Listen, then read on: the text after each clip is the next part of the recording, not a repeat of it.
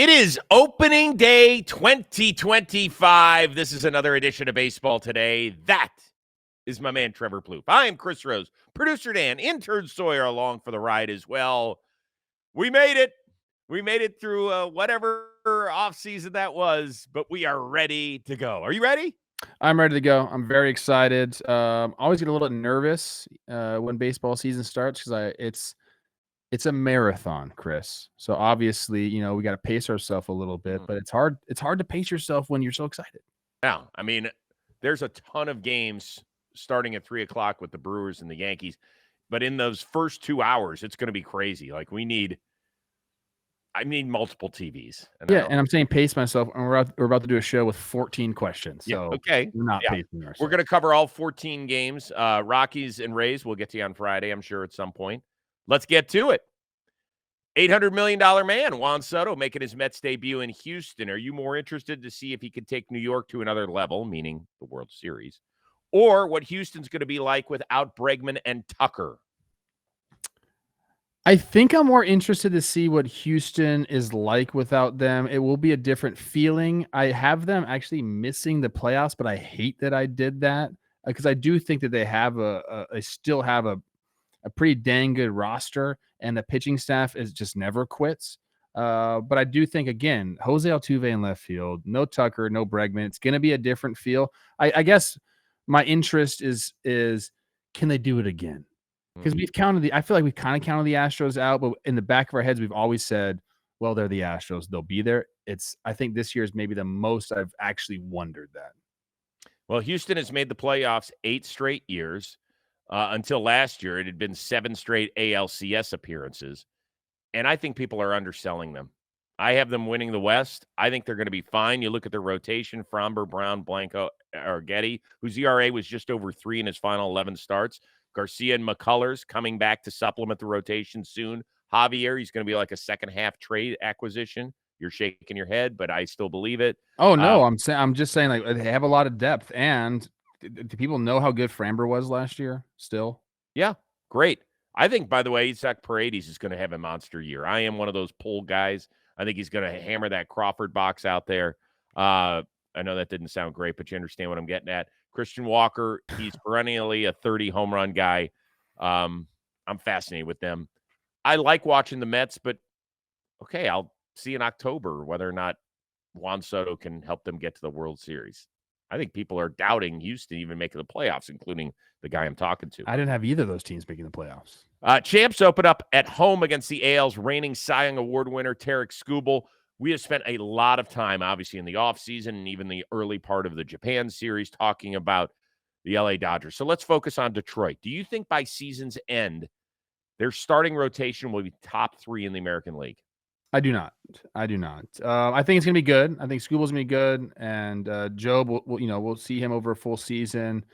Flaherty's back. You mentioned some other guys in our previous show. But I could go. I think that I just mentioned, I think the Astros are going to be a sneaky contender for one of the best rotations in the AL. I think the Mariners are going to be up there again. I actually think the Twins have a good chance for that as well. Their pitching consistently gets underrated. I think they're going to be fine. The pitching will be there, but I wouldn't say top 3. I do, and it's the biggest reason why I picked them to make the World Series and eventually lose to the Philadelphia Phillies. Obviously, Skubal, I think hands down is the best pitcher in the American League. Yes. Right? Okay. I thought bringing back Flaherty was enormous, and I'm a huge Jackson Jobe guy. I know he only made 2 regular season appearances last year and did some work for them in the playoffs, but he's one of those guys I'm buying stock in. I believe in him. Reese Olson is a guy we virtually never talk about on this show, and he is a dependable middle-of-the-rotation dude already. And it's interesting, but we're all wondering whether or not a former number 1 overall pick can hang on to that 5th spot in Casey Mize. He was phenomenal in the spring. I don't put much stock into that, but he did go to Driveline in the offseason. When guys do that, I'm willing to give him the benefit of the doubt. So I will say yes. You could make the argument for Houston, whom we just went over, Boston, if guys get healthy, and Kansas City. I think New York's got too many right now. And by the way, the Tigers have Keter Montero, whom they just sent down. who I think is a phenomenal arm. Cater's my guy. I've been preaching his. He just needs to stay out of the middle of the strike zone. I think he Yes. has the stuff. Yeah. Yeah. Oh, okay. So we differ on that one. AL champs open up at home against the AL East champs and I guess they are the AL champs, New York Yankees. They did make the World Series They last year. are. They open up at home against the defending NL Central champs. Is there a better chance New York doesn't win its division or Milwaukee does? Is there a better chance New York doesn't win its division? Or that Oh gosh, Milwaukee people wins? think I'm such a Yankee hater. I hate like going against them because then I just get crushed in the comments. I'm gonna stop that. Whatever you believe is what you believe. It doesn't make you a hater. It's all bullshit. I hate this stuff where people are saying, "Why do people hate Shedeur Sanders?" They just don't. If they don't think he's that good, they don't. You're allowed to have an opinion about stuff. Okay, so if you don't think the Yankees are any good, fine, say it. I think I think there's a really good chance of both of these things happening. That's the problem. I think they're like you can't count Milwaukee out. I have the Cubs winning the division, but like there's a good chance that the Milwaukee does what Milwaukee does and wins 92 games and 93 games and wins the division. I also think like, look, man, like the injuries to the Yankees are real. They're real. And like I have problems with their depth, especially in the lineup. So I'll say there's a better chance that Milwaukee wins its division than the Yankees not winning theirs, but I feel very similar about both of those. God, you're such a Yankees hater. I'm such a hater. God. I think actually, no. I'm going with the opposite. I think the Yankees win the division, and I don't think Milwaukee wins theirs. All right.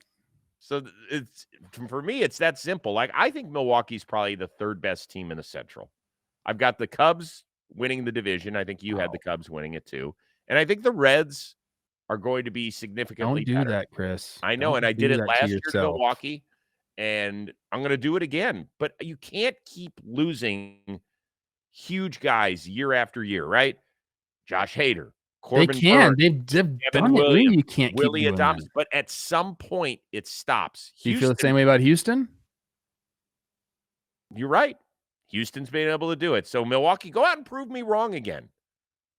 I love Milwaukee, the city of Yeah. Milwaukee. I do My too. aunt lived there. So I love it. It's a Midwest, like, What's let's that go get steakhouse them. out there? Carnivore? Yeah. So I just don't.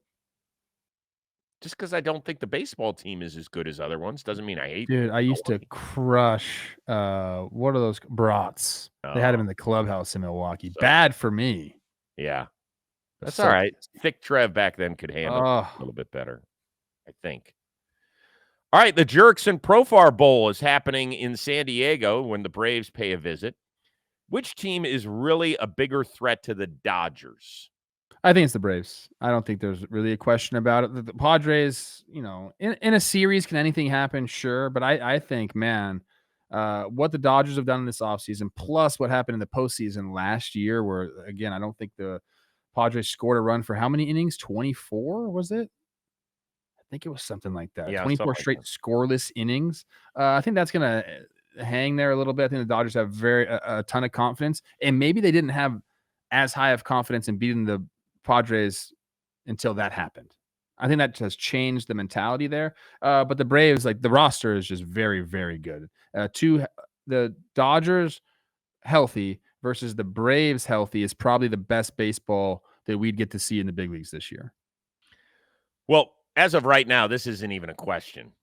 Right now, it's the Atlanta Braves, and obviously, in 6 weeks or so, it even could be more slanted toward Atlanta whenever Strider returns and Acuna.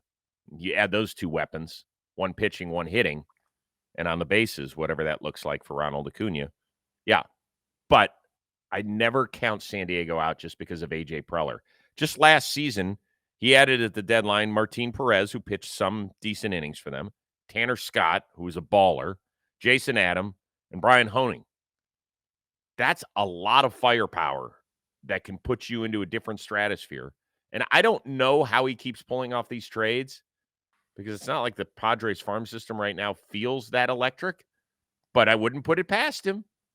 So if there's a team to be excited about at the trade deadline, if you're in this thing, the Padres could look totally different by the time they face somebody if they make the playoffs. But right now, it's not close. In part because San Diego's starting pitching there are question marks all over that place, right? Yu Darvish is down right now for the time being. Waldron's hurt. He's got an oblique. So they had these three guys fighting it out for the final two rotation spots. It was Hart, Vasquez, and Kolick. Yeesh. Wasn't good enough. All right. Red Sox and Rangers, interesting series out of the gate. Big expectations, pair of teams that failed to make the playoffs. Who's more of a World Series threat right now? I think it's the Red Sox. I'm going to continue to be on them. I like the Rangers. There's a world where they have maybe the best offense in the American League. I like that. I think there's some upside to their pitching, but there's also a lot of question marks there as well. But for the Red Sox, I just think that they're taking the Dodgers out of the equation. I think that the Red Sox are one of the more well-rounded teams. So I guess one of more complete rosters. So I'll continue to be on the Red Sox train until they buck me off, baby. Do you like the Red Sox lineup better than the Rangers?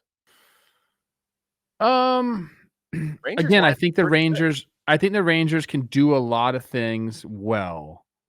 I think I would take the athleticism of the Red Sox a little bit more. I would take the power of the Rangers more, but I think 1 through 9. Again, I just said the Rangers could have one of the best offenses in the AL, so this is not like I'm bashing them, but I like the Red Sox versatility more. What about the addition of Jock Peterson to the Rangers? Love that. Love it. They got some bangers there. There's no doubt about it. The Rangers. I picked them to win. No, I didn't pick them to win the West. Excuse me. But I believe in them. I do. I gotta see it again though. Well, you had them in the playoffs. I think you had them as a wild card. I had them as a wild card. Yeah. Yeah, I have both these teams as wild card teams.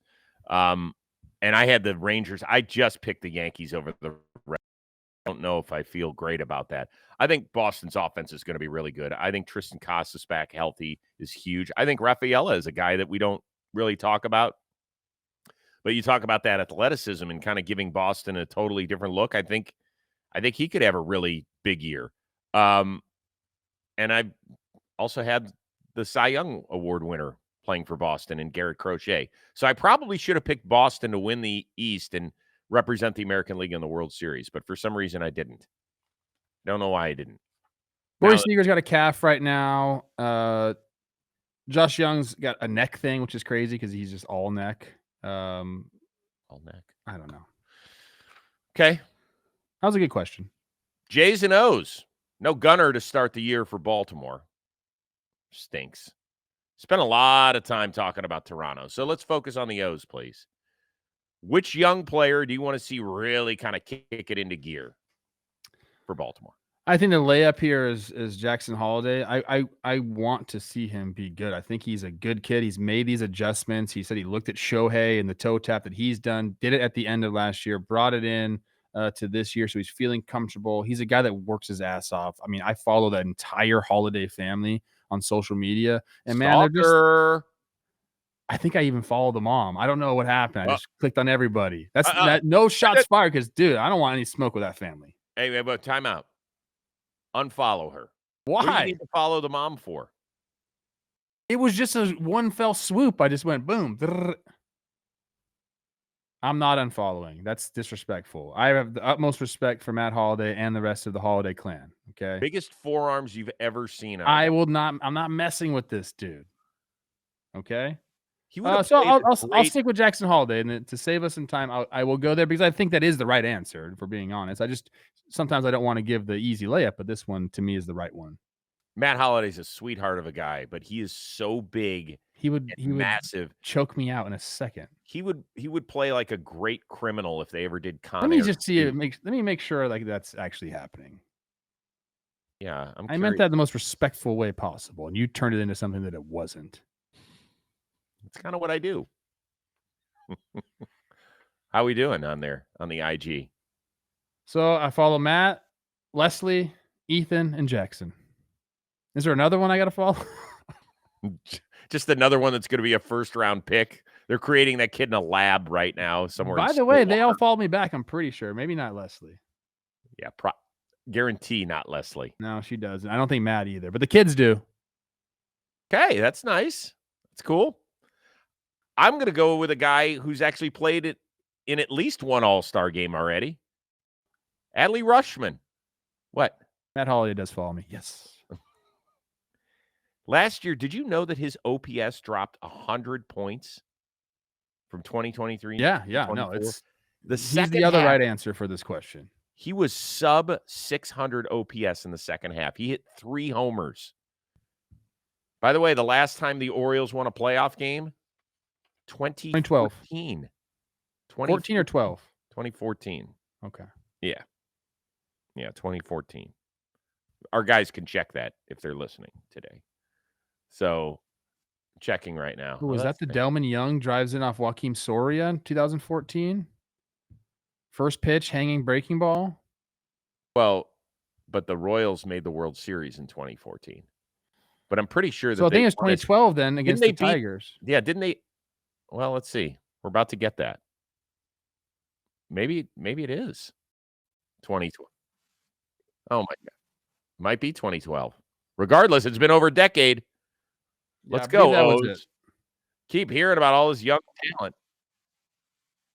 They won one game against the Royals in 2014. There you go. Let's go, Orioles. Neither of us have them making the playoffs, by the way, right? I do not. Me neither. We're a tough crowd. All right, I'm supporting my. All right. 2012. Royals swept the Orioles in 2014. So, wow. 2012. That's crazy, man. Guardians, I'm representing at Kansas City to open the series. Both made the playoffs a season ago. You got 2 superstars squaring off in this one, right? Jose Ramirez, Bobby Witt Jr. Do both lineups have enough to get back to October? You know my predictions. I do have the Royals in the postseason. I do not have the Guardians in the postseason. I like the additions that the Royals made kind of throughout their roster, but I think Jonathan India kind of gives them that leadoff hitter that they've been hoping for. That makes it nice. I don't love it's not like a very long lineup, but again, I think they kind of do enough at each individual spot, rotation, lineup, and bullpen. I think like they are a team more than anything. So it's not necessarily the lineup that'll get them back to the postseason, but I think collectively as a team, like it works. So I don't love either of these lineups, but I'll pick the Royals over the Guardians. Yeah, I had the Royals making the wild card. I do not have Cleveland making it. Kansas City's offense is not good. It's just not good. It's so top heavy. And they got virtually zero production out of their outfield. They're returning guys. Isbell, Renfroe, Melendez, none had an OPS over 690. Not one guy in the outfield? Let's go, guys. Let's do something about it. Now, I do think you're going to see Jack Caglione up here. I think he's coming. May or June. And where does he play? I don't know. Can he play the outfield? I think they're working on that with him. Get him out and let's see which is better there. God, that's a huge outfield. Huge, yeah. It's huge. And I think left symmetrical. field's. I think left field's where you'd want to put your guy that hasn't played out there because there is like a little. It's just a big outfield. Yeah, isn't it pretty much symmetrical all the way around? Yeah, I was Like thinking about that. For some reason, I thought right field had something, but maybe it doesn't. It doesn't. There's some cut. Like it cuts in at the corners and then goes out. Right. It's tight down the lines. Yeah. They're going to need offense, Chris. So I wouldn't obviously not put that past them. And there's been a lot of people that have moved from infield to the outfield. So this is something that, especially if you're a young kid, do it. You got to do it. Keeps you in the big league. So I'd like that. That would change my mind a lot on this team. Cleveland made a lot of changes, right? And I am worried as a Guardians fan. I'm always worried, but I'm really worried this year. Their 2 best offensive threats are 5'9", Jose and Quan. It's hard to make it in this league when you're running up a bunch of tiny tykes up there. John Kenzie Noel's not an everyday baseball player. They did just trade again for Nolan Jones, but he's going to be a left-handed stick against right-handed pitching, I think, and then Noel will be the other part of the equation out there. Lane Thomas, a full year. I'm curious. Want to see. Santana's going to help that locker room a lot. I agree with that. They are going to miss Nails, though. Yeah, Guy had a 30 home run season, and guys love him. I can't wait for you to just watch Carlos Santana's baseball pants get shorter and shorter and shorter throughout the season. It is something. It will be Speedo by the time, August. yeah. I think it reaches Speedo level in July, and then as it starts to cool down, he starts to put him down a little bit. Yeah. I saw him in spring training, and I was like, man, you're still going. He's about to turn 39. Yeah. Any day now. Still they doing pay, it. I play. That's what he said. Yeah. That's true. And he does play. He plays every day, man. He is out there. Cubs in Arizona. Another interesting season. By the way, kudos to the schedule makers. We've got a lot of good opening weekend series. Cubs in Arizona. Better offseason for postseason hopeful. Was it Chicago or Arizona? I love both these moves. I think Arizona going out and getting Corbin Burns is kind of like sneaky. Taking away from some of the bigger markets, as you'd say, I think was awesome. So I think both of them are excellent moves. I'll go the Cubs because they kind of did it. They spread it out over the roster a little bit more. Although we just talked about Naylor coming over, but that was replacing Walker. So I guess I'll go Cubs because they added 4 guys to the bullpen. They added Kyle Tucker. I like the additions that they've made. So I'll go Cubs. Mm-hmm. I think that's the easier answer, but I do like Arizona. They added Burns, Naylor, even though he's in his walk year. They lost Christian Walker, and they get a guy who just had a 30 home run season. Also, they brought back Randall Grichuk, which is kind of an underrated move, over 800 OPS last year. And they gave 2 extensions to young guys, which you have to factor as part of the offseason moves because it now solidifies them at a couple of positions. Now, is Justin Martinez going to be their closer? I don't know. His stuff is wicked. He also could be all over the place, but they paid him nothing because he's only been up a year, 5 years, $18 million guaranteed. So if he turns into something that is, and I saw him throw the other night, 103. He's disgusting. A sinker. Yeah. And then Perdomo, who I think is kind of an unheralded shortstop, and they love him at the bottom of that lineup. He's like an old school shortstop. Yes, Chris. that's exactly what he is. Yeah. Yeah, and 4 for 45. Great.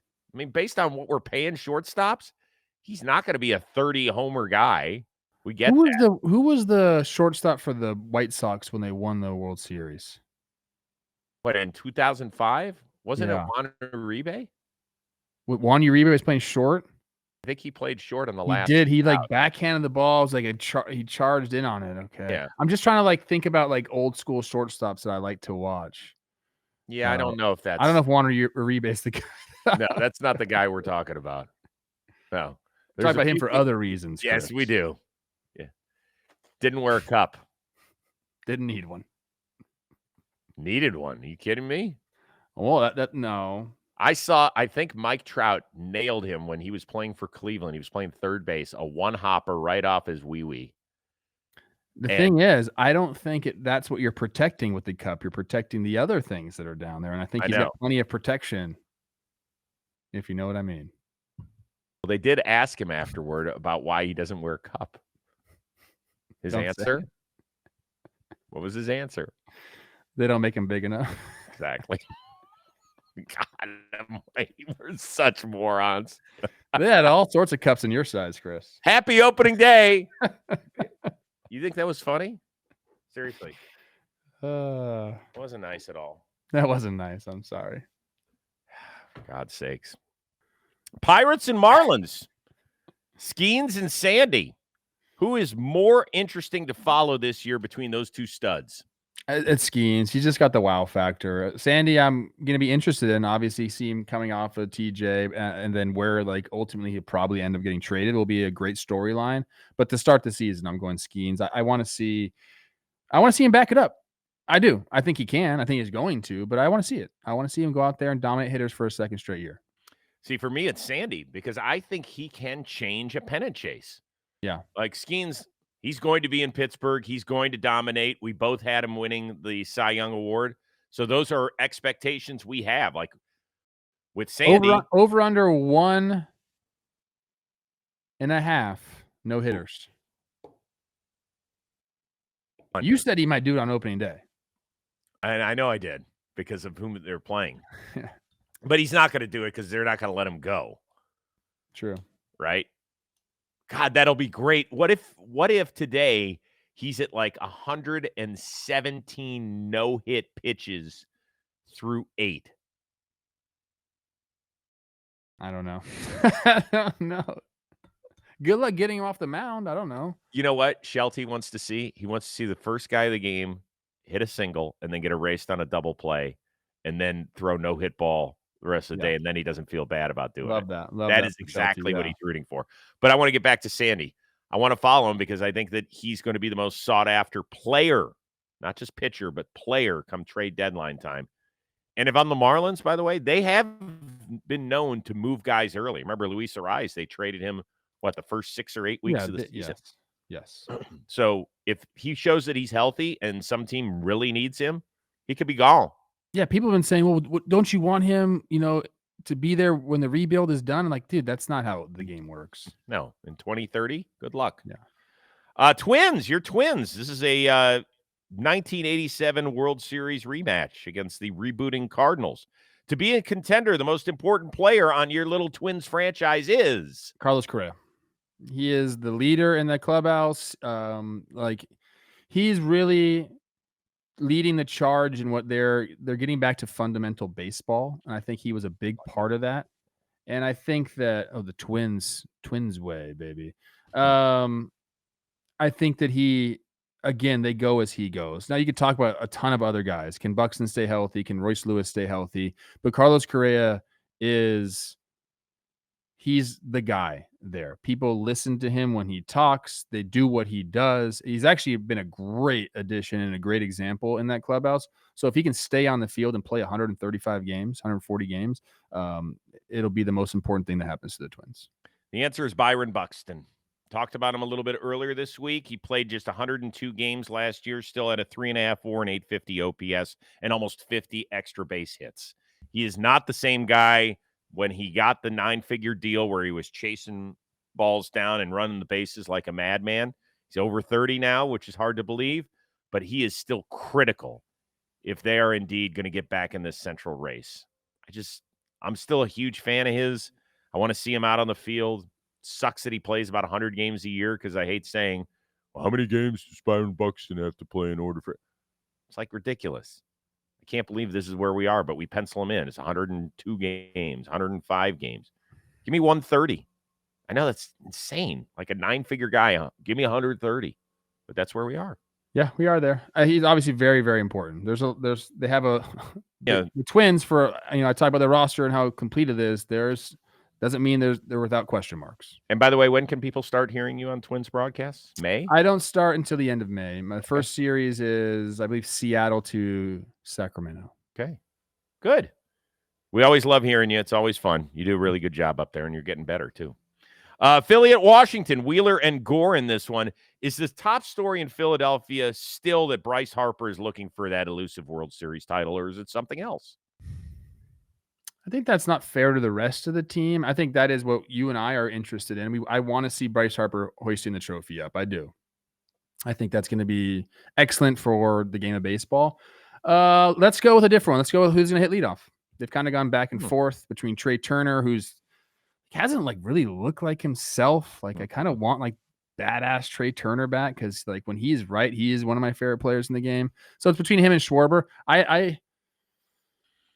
I'm partial to Schwarber, hitting leadoff. I just like that 1-0 mentality, and I think that can really put teams down. Like when he's up there and does that, it's start your game off right, obviously. But that's going to be interesting to see. I think that and Alec Boehm. Like what's the deal with Alec Boehm?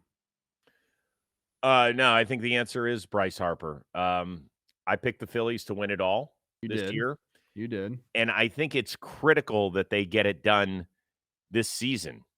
Um, their age is a real factor right now. Like the youngest guy that they count on in any sort of main position is Bryson Stott, and he's 27. But everybody else is over 30. Harper, Real Muto, Turner, Castellanos. Bohm's 28. Like, you still think of Bohm as a kid. He's 28. I mean, he should be in his prime. We shouldn't be figuring out whether or not we can play him as a starter in a critical series. Zach Wheeler, Aaron Nola. It's an old team. It is. It is. And some guys like this is Realmuto's last year. I think they need to get an extension done with him. They need to give him some money to stay there. I think he's that important to that team.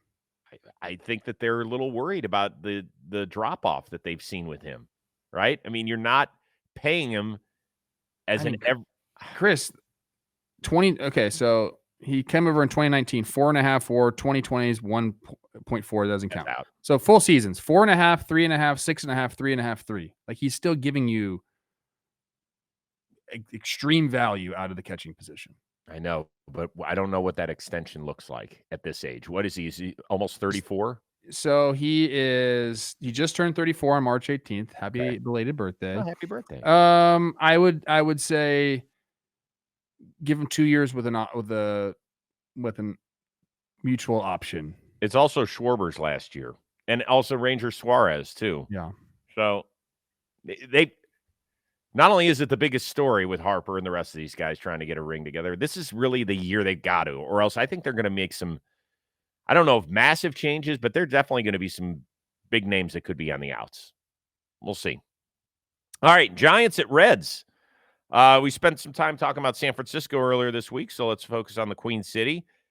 Is Terry Francona Cincinnati's biggest offseason addition? And if so, how big a difference will he make in the wins column? I know how much you love manager equals X number of wins questions.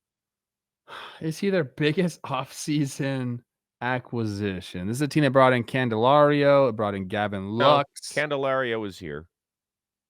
He was there last Oh, year. that was last year. I'm sorry. I read that. Lux, Brady Singer. Those Austin were probably the Hayes. two biggest ones. Maybe.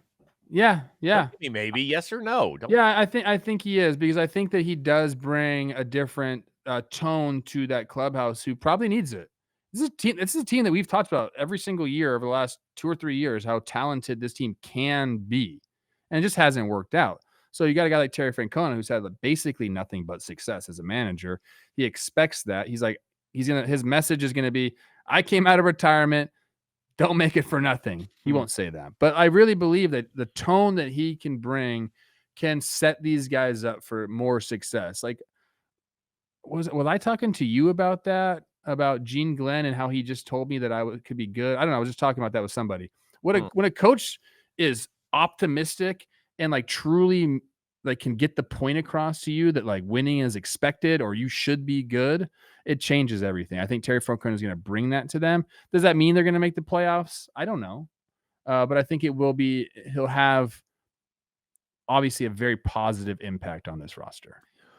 Well, I mean, here's number one. They had a lot of injury issues. Not having Matt McClain was enormous.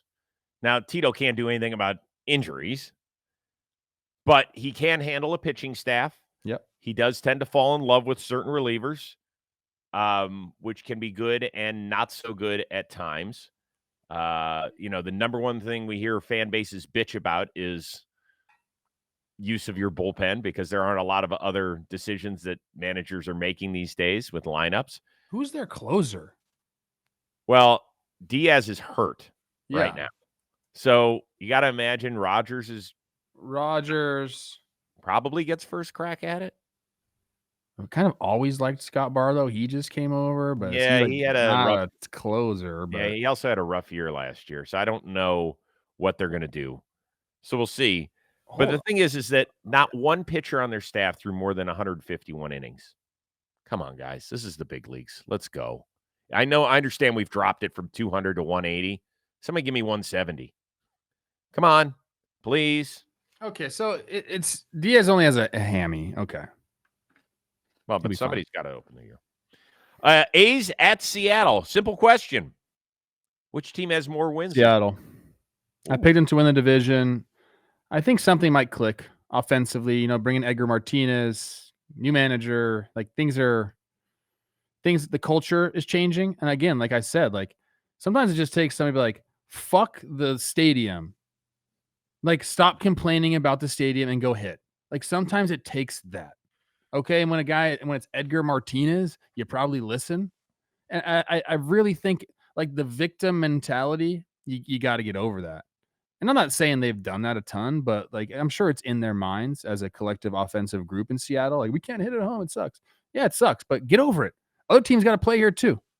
So I just think that I for some reason, again, in the back of my mind, I'm like, I like the Mariners this year. can I say let's go Sacktown? Go ahead. Let's go. You think so? Really? That's crazy. So second half last year, the A's, What, 2 games over 500? no, I believe they were 500, and Okay. Seattle was 2 games over 500. Okay. They were neck and neck.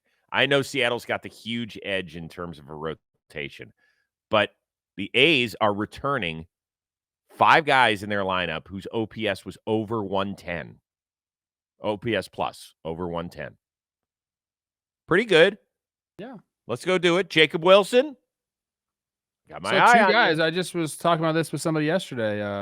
2 guys from Thousand Oaks High School out here. It's Max Muncy and Jacob Wilson made Mhm. the team for the A's. Pretty cool. They were Yeah, that's teammates awesome. too. Very cool. Those are always fun stories. I don't know. I feel terribly. I'm going to say it every time when I talk about the A's. I feel terribly that they're not in Oakland. I've had a team leave a city, and it sucks because everybody else has just kind of moved on. We just say, okay, they're the Athletics, and those people have to deal with watching a team play that's no longer theirs. That's harsh. Last one. I don't know why we saved this one for last, but we did. Angels and White Sox, the 2 worst teams in the American League from a year ago. Very quickly, give me one positive for each club. We'll each go Angels, then we'll each go White Sox.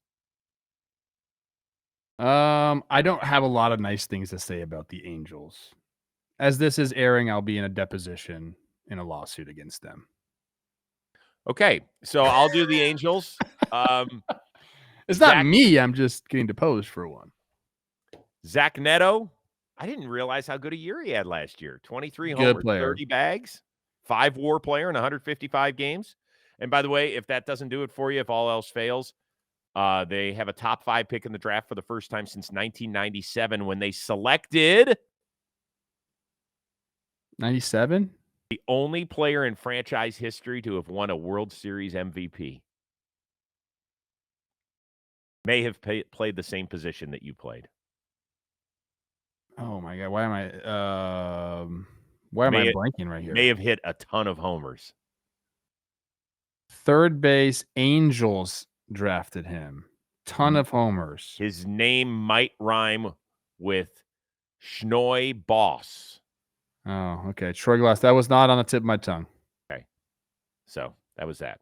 How about White Sox? Would you like to participate in this one? Not really. I don't know. I thought Corey Lee was going to be really good for you guys, and I don't know if that's like a thing anymore. Noah Schultz.